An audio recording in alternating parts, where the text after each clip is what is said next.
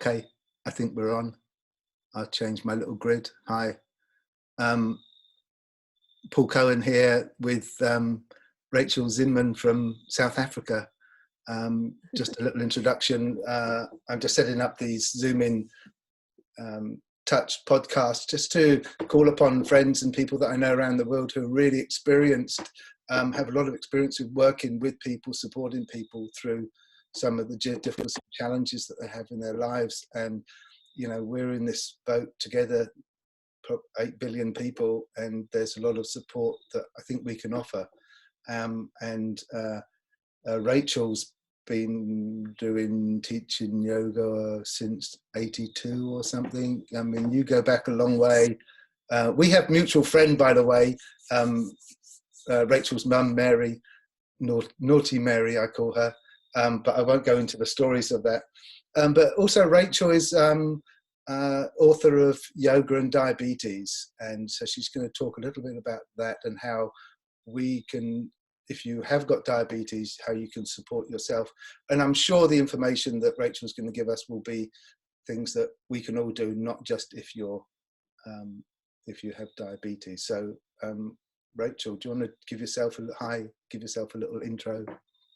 Hi. Yeah, so I started yoga when I was in high school. It was actually 1983.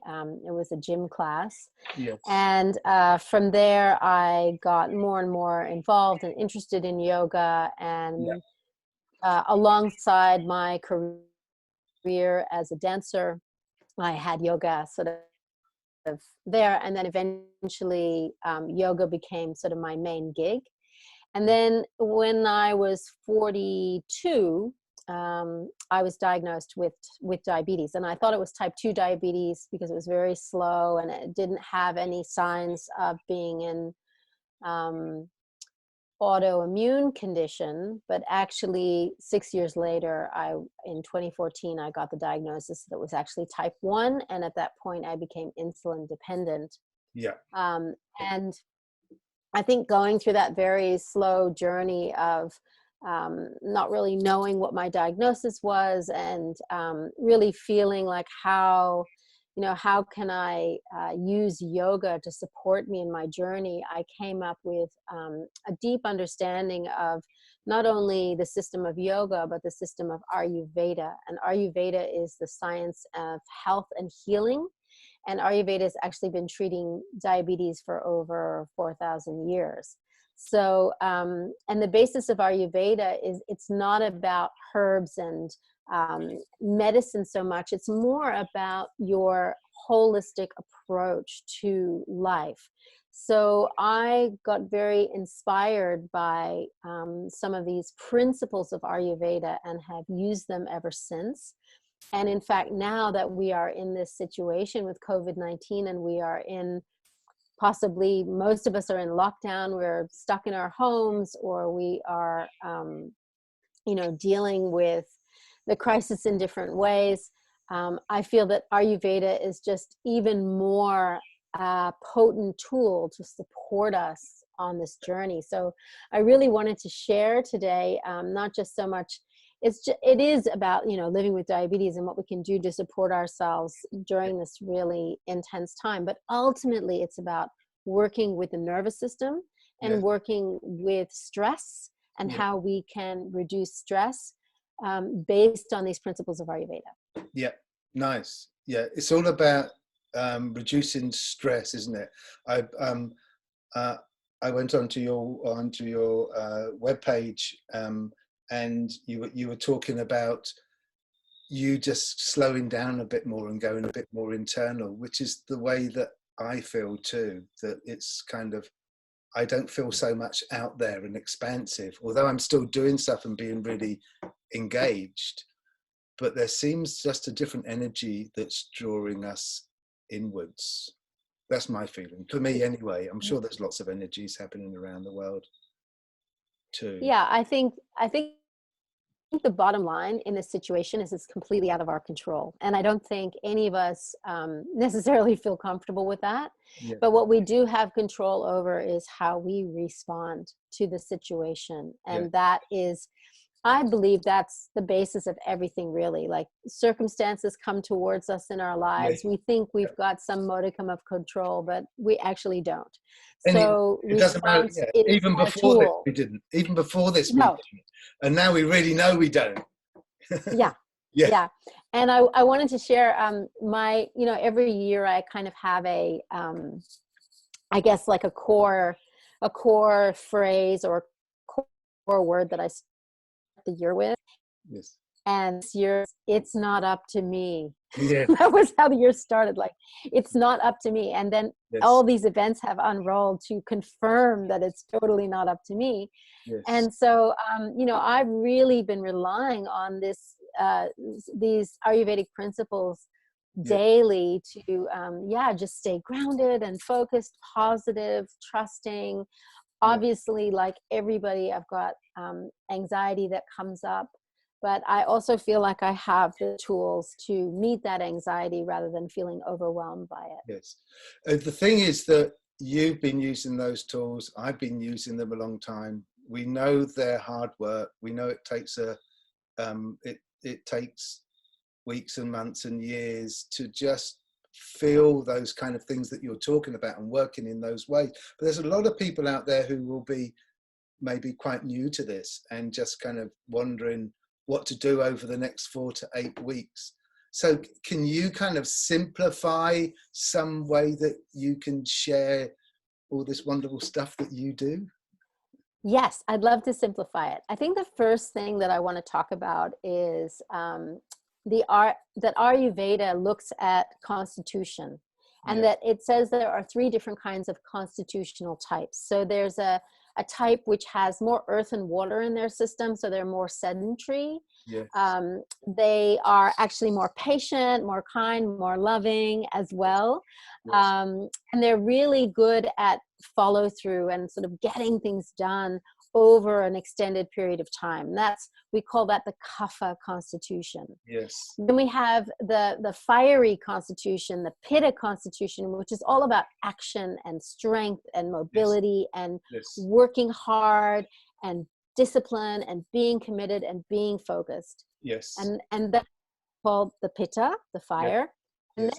then we have the more airy constitution of air and space, and that's vata. And air and space is all about creativity, ideas, imagination.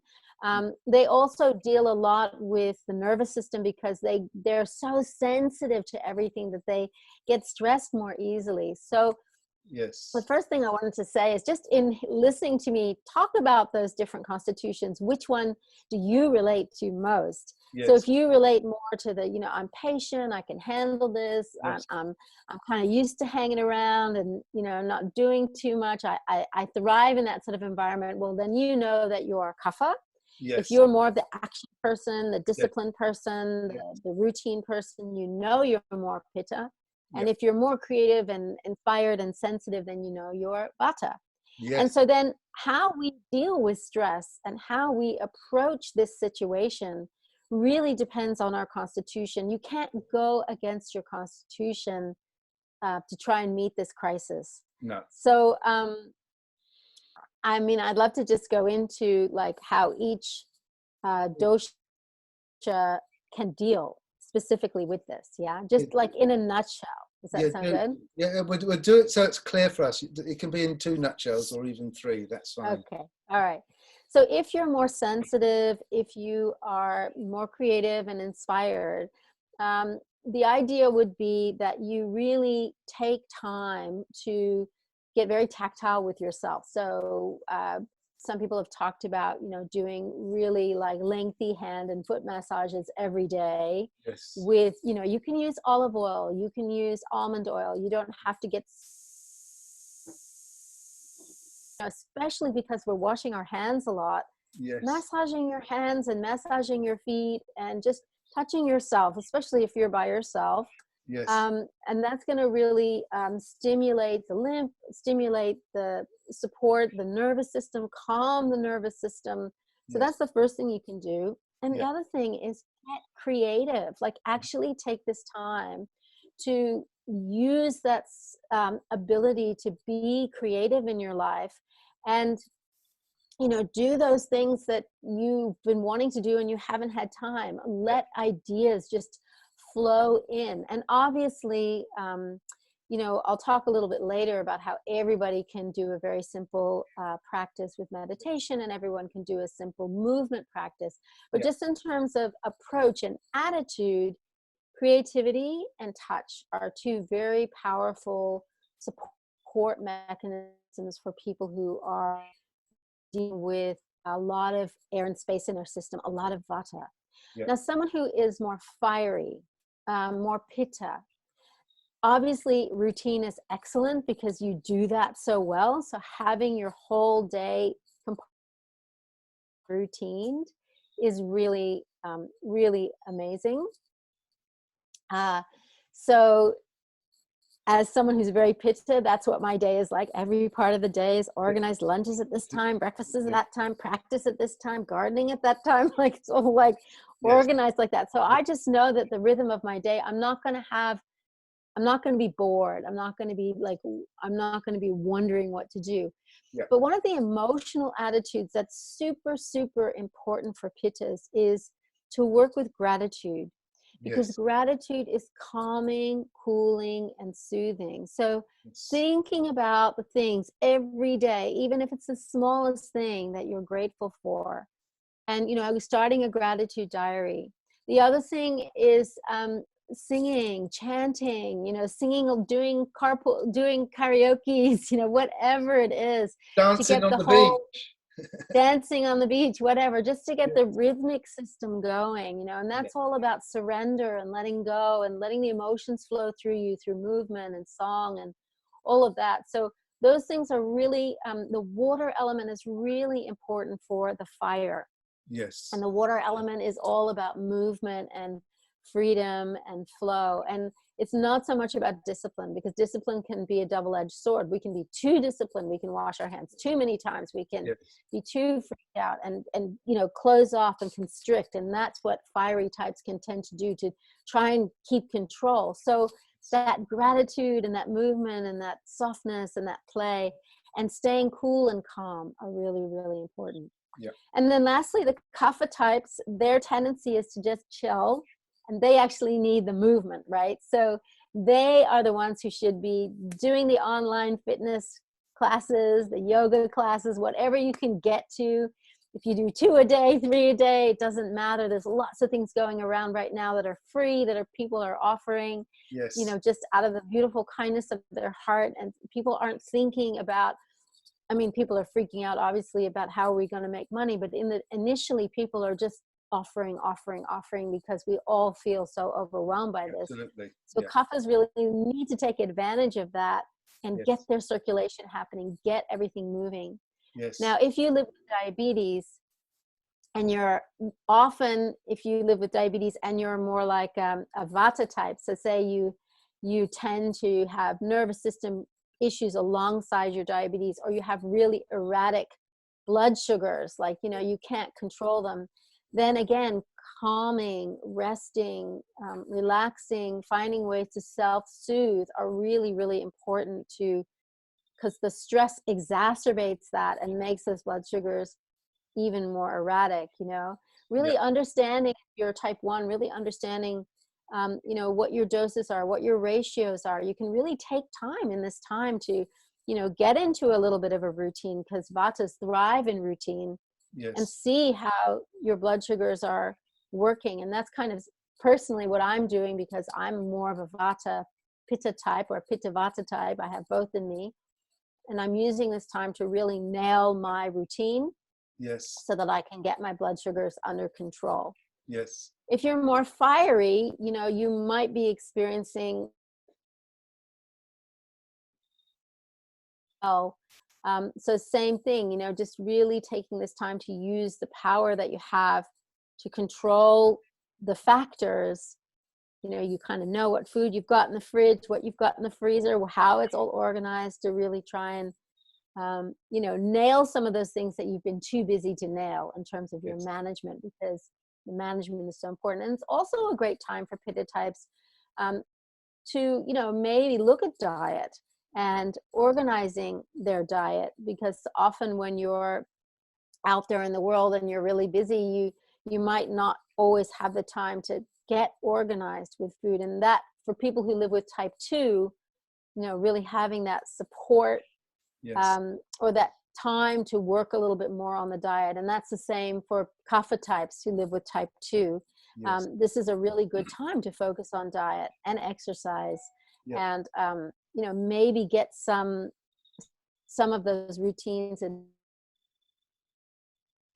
the thing that has been the recommendation, though, which is something that I noticed somewhere, I don't know where I read it, was like, if you have habits that you want to change, like addictive habits and things like that, now is actually not the time to do No, that. no, I don't think so. No, no. Because I think you'll go stir crazy, and Yes, also you could have some sort of fast detox that you're not expecting, and you can't go to a physician, you can't do those things. So absolutely. it's all about staying equanimous and staying Absolutely. balanced. Yes. So Yes. those are just some things that I would say are really potent for each type. And then also again, for the type 2s or kapha types, the more sedentary types, again, that exercise is really going to step up, increasing insulin sensitivity and supporting blood sugar management and all of that. Yeah. Um, It's a so really, yeah, it's a great opportunity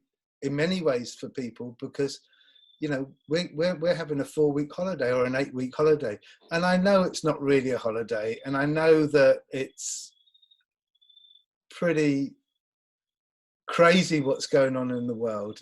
I mean, it's so uncertain, but within that there is still possibilities that we can take. We don't have to, just because things are happening not so good around us, we don't have to necessarily in ourselves keep falling down that same, this isn't very good for me either. There are moments, this moment for you and me is awesome. There's nothing, we have enough. We don't need any more, do we? And I think that we have no, lots of moments like that all the time, possibly. And I know that probably there's a lot of people who are in much harder situations than us, but also there's going to be people who are in relationships that they're going to be slightly challenged with, and they're going to be different personality types. So the one that's a pitta type, how are they going to have their relationship with one of the others? And so that it's not just you should do this. It's like, because if for me sometimes if people are too organized around me, I'm going, hey, look, I need this as well, because that confines me too much. So it's not just about you yeah. and I mean, me, I it's think it's, about the relationship. yeah, and I think understanding the different types is really, really great. Like, just knowing that your partner is kapha, which means they're gonna approach it in a Netflix kind of way, Yes, yes, because that's just how they cope, and just accepting that, and maybe doing your own thing. Like, yes, when we're in close quarters with each other, we actually need to honor the person. And I think it's a wonderful opportunity for us to be just more accepting, more loving, to be kind, to be sensitive, um, and just to find new ways to relate to each other. And I think we have really, I mean, you and I have been through, where we didn't have cell phones, where we didn't have even video players, where we didn't have so many things, the good where old days. we grew up, I grew up playing outside, No, walking with my friends, taking photos with old fashioned cameras, developing my own film, like all these things that are in my, in my store bank of my absolutely. life. And, Yes, what the kids are doing today, it's so different. And it's lost so much in a way, because we're just glued to our screens all the time. So this is such a great opportunity to rediscover what the human being is capable of, possibly even beyond technology, because we can't be on our screens all the time. It's actually exhausting as well, and depletes the nervous system yes, as well. yes, So a lot of smart people are saying, you know what, I'm not going to sit online 24/7. I'm actually going to only come online once a day, check yes, in, and the rest of the time I'm going to see what emerges, you know, what is possible, what is the potential. And that's, Yes. I think, a brilliant coping mechanism, and something my husband encourages me to do all the time. He's just like, just stop, just sit in the chair and just see what's going on. That's what my wife says to me too. But hey, look, you're doing what you're doing at your speed because it feels good for you, and I'm doing that, and our partners are also doing it at their speeds, and that's the kind of thing that we need to recognize, really. I don't know if you, there's a book by Michael E. Gerber called The Entrepreneurial Myth, I think it is, and he separates 3 different personality types. You've got the entrepreneur, you've got the manager, and you've got the technician, and those all can be quite different. So that's similar to the ways that you're suggesting too. So if you are if you're the entrepreneur, the technician and entrepreneurs just don't get on, because the going, you know, no, you can't do that, and the entrepreneur's already done it in their head, you know, and the manager's probably more like the person that's in the kitchen cooking the bread. So I think I'm all 3 of those, actually, to be honest, because like I have ideas, and then I like strategize how to implement them, and then I'm in the kitchen cooking the bread. So a balanced person, I think. Because we all have those in our personality, so it's not separate from. So you spoke about gratitude, and I don't know if it's going to be on our little agenda today. Maybe we can bring you back here, and you could do a gratitude meditation, because I think those kind of things that we can look at, they're going to be really challenging for us, you know, and not just for everybody. I was talking, someone texted me today and said, oh, I'm starting to feel the enormity of this. And I thought, I haven't written back yet, but it hasn't even started yet. Our shutdown's tomorrow. So this is epic. This is absolutely epic. Yeah. It's so epic. What can we do? What would you, if you just had, well, the first thing I wanted to share something a little bit physical. And I don't know, like maybe I'll like describe it, because not everybody can see what I'm doing. But wherever you are, if you're watching this, and even if you're sitting in a chair, you can actually extend your legs so that you lift your legs up off the chair, and you can just flex and point your feet. Right. So you can't see it, but I'm doing it. So, and then just turn your legs in and out, in and out, in and out, in and out. And then circle your ankles one way. Yes. And then circle your ankles the other way. Nice. And then hug one knee in. You might not get it in very far, especially if you've got, you know, bigger muscles, but just sort of hug one knee in and lower it, and hug the other knee in. Yes. And lower it. Nice. And then you can sit just on your chair with your hands on your thighs. I'll just move myself a little bit further back. Yeah.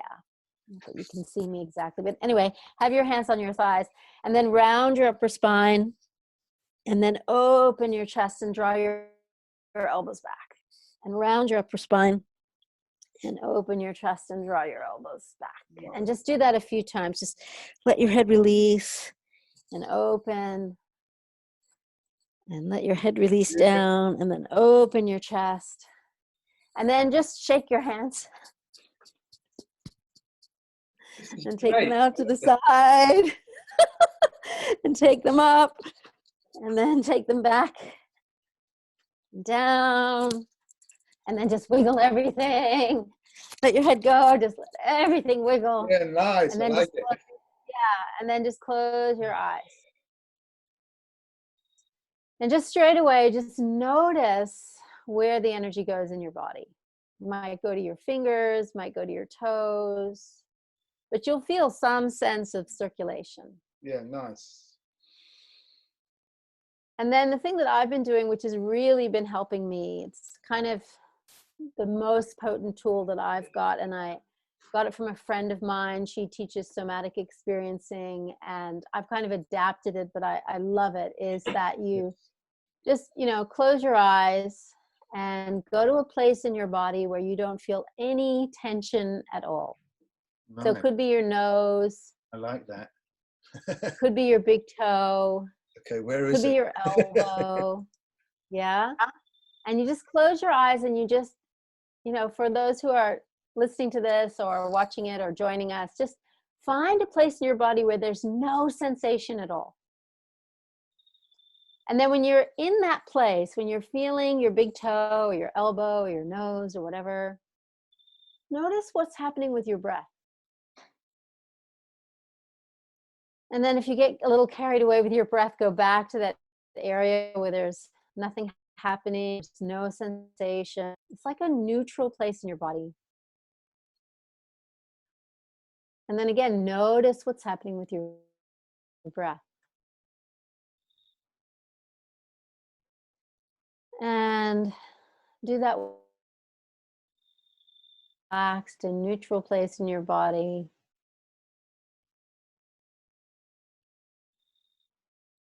And then just observe your breath.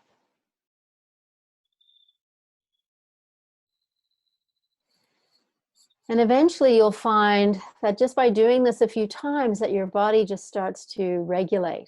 The nervous system starts to regulate and you just find yourself having a nice, deep, relaxed breath. And the moment that you have that deep, relaxed breath, it's like the body's saying, okay, I'm okay. The parasympathetic nervous system, the relaxed part of my nervous system has kicked in. And this is how we can just quickly and easily support ourselves to deal with the panic and the stress and all the things that are coming up as our countries are closing down, as our jobs are going, as just all these really scary things that are happening. Is just we have to try and work to regulate our nervous system. Yes. And I feel that that is the most potent tool. And then on top of that, gratitude, starting to think about all the things in your life that are actually working. And I've done this since I was young. Like I can remember like being 34 and having a gratitude diary, and just every night before bed, making a list of all the things that actually have happened in the day that were good or that worked or that felt good. And just doing that enabled me to accept change, challenges. And I was, the only crisis that I can compare this to is being in New York City on 9/11 and, how I actually dealt with that. Yes. And that, I realized that I actually didn't respond in a way which was supportive to my nervous system. I responded in a way which was, I just went straight back into work the next day, and I kind of lived in this sort of high stress state, navigating the subway. Then there was the anthrax scare. That was really scary. Like all these things were just one on top of the other. And it actually really affected my nervous system for years and years and years. And so as this crisis has come, I've just made that very conscious decision that I am not going to respond in the same way. And less is more. The less you do, the more grateful you are, the slower you become. Yes. People are scrambling to create new jobs, new possibilities, online this, online that. I think, wait a minute, like just take a break. Take a break and just, let it unfold. Don't push anything, because you can't win when you push, So I think gratitude is just, it's just such a simple practice. Yes. And writing something down, you do that in the evenings, you go through the day and all those cool, wonderful things that have happened, like seeing a flower or smelling something in the breeze, or just, I don't know, if you're in four walls in downtown New York, Maybe making a new recipe, cooking learning a new skill. Yeah.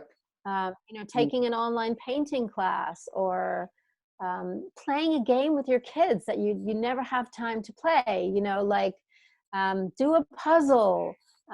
There's just, gosh, there's so much that we can do. I mean, I have to stop myself from doing that. That's my challenge, but yeah. Yes. And I love that, that sharing that you did in terms of finding somewhere in your body that is easeful, that doesn't, I'm really into ease of movement. My yoga that I like to do and like to share with people is pre-big muscular movement. So it's looking more at how the body moves in terms of the skeletal system, but not that big kind of stretchy feeling. So I'm looking more at ease in the body as well. Very similar thing, and I like that because for me it slowed my breath down. I went here for my sensations. That's where I was just drawn to. For me, it wasn't nothing, but it was just very easeful. It wasn't. You know, my head's kind of going on fast. For me, it's like we have so much stress in life. Why deal with stress in your body? Try and do the opposite and have some ease in your body. And yeah, and that, when my friend shared that with me, obviously she's done like 4 years of somatic experiencing training. She's got a huge toolkit. yes, And she shared some of those tools with me, but that one was the one where I was like, oh my God, this is amazing. Like, I'd never thought that when I feel stressed out that I should go somewhere where I don't feel anything, yes, and that actually could help. yeah, It's just yeah. amazing. That's awesome. Yeah. Yes, no, that's. I think that's I think because if you go to the gym, you work hard. If you do yoga, you got to come out aching and sweating, and I think that's going to be so awesome for some people, but for some people that might not be quite the thing to be doing now. But certainly, if you do need to go out and run. Do you hear that guy? He did a marathon on his balcony. He had a 7-meter Really? balcony, and he ran 42 kilometers going back. Jeez. You know, Wow. That's I mean, that's amazing. pretty creative. I don't think I'm Yeah. going to be a marathon runner. How long's your gratitude meditation? Well, we could do it in like 3 or 4 minutes. I Do you don't think want it has to be to long. share that? Should we do it? I think little piecemeal stuffs are good. Okay. Yeah. Do you want to? Yeah, go. Okay. All right. Thank you. So again, just sit comfortably and close your eyes.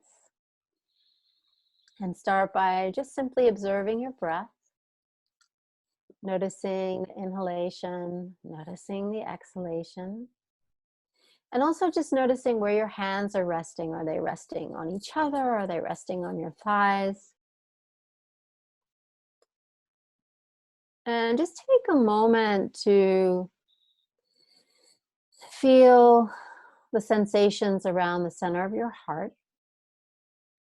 You might even want to put a hand on your heart if that feels comfortable for you.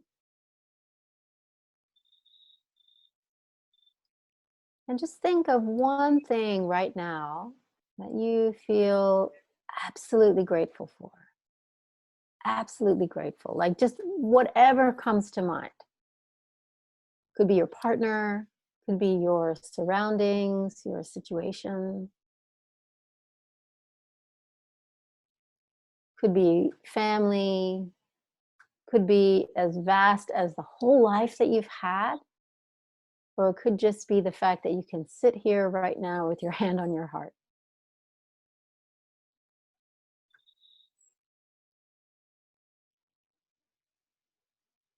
And then as you just feel into that sensation of gratitude, notice what other feelings come up.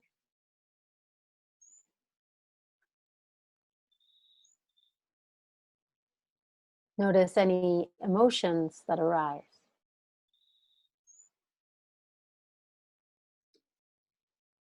And just whatever those emotions are, just let them be there. See that these emotions are the byproduct or the outpouring of that gratitude.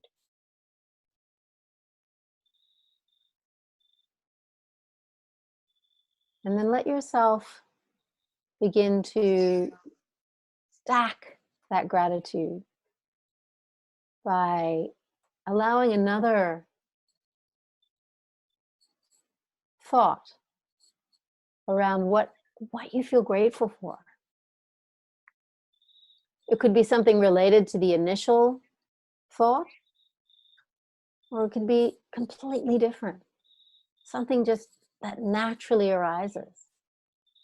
And imagine that that gratitude rests on top of the initial gratitude like you're building a tower, a strong tower. And again, as you think about what you're grateful for, notice what emotions and feelings arise.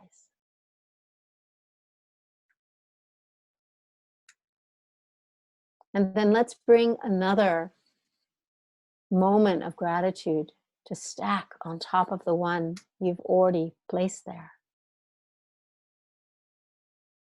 It doesn't matter how big or small what you're grateful is, just let it be there.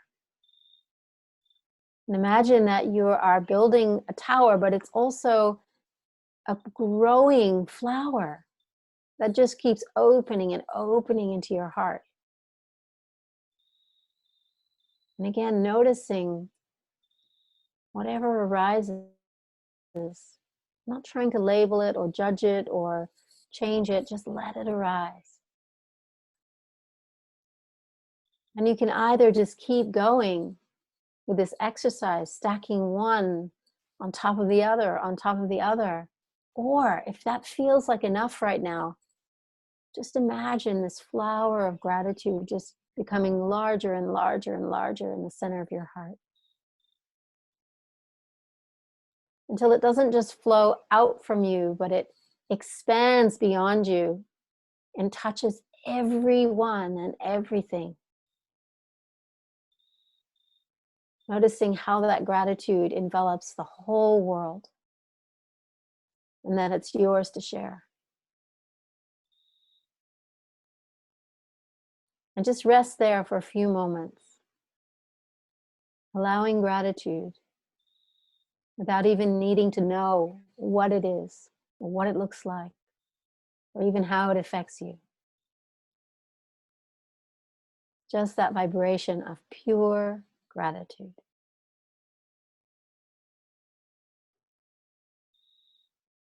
And then slowly begin to deepen and lengthen your breath.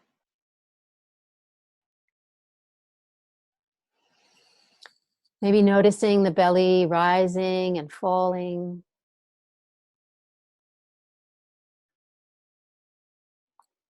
And then just totally letting go. Feeling your sitting bones on the chair or on the floor or wherever, on your bed. If you're lying down listening to this, whatever. Just connect with your sitting bones, your thigh bones, your knee bones, your kneecaps, your shins, and the feet. And then when you're ready, just open your eyes. That was so lovely. Thank you so much. I just softened inside, and my face softened. You know, I've been really busy for a few days, and that was just really lovely. Thank you. And simple, really simple to do. Yeah, very simple. Yeah, there's lots of people, there's lots of things we can do out there. There's lots of people that want to help. I'm doing my free classes. I decided to do a yoga class every day for a week. And I'm on number 4 today and number 5 tomorrow. You can also see them on my Facebook page, and I've also put them up on my web page as well, so people can go back and have a look if they want to. Wonderful. And these podcasts will also be up on my website, and maybe we can share them in other ways too. I'd like to look at this as some kind of forum where people can come and just learn little snippets for themselves. Yeah. So if things bubble up for you, Rachel, and you think, oh, I wish I had shared that, just flick me a message. And if you want to come back, do some more. And if you know anybody else who you think might be really useful, sharing out to the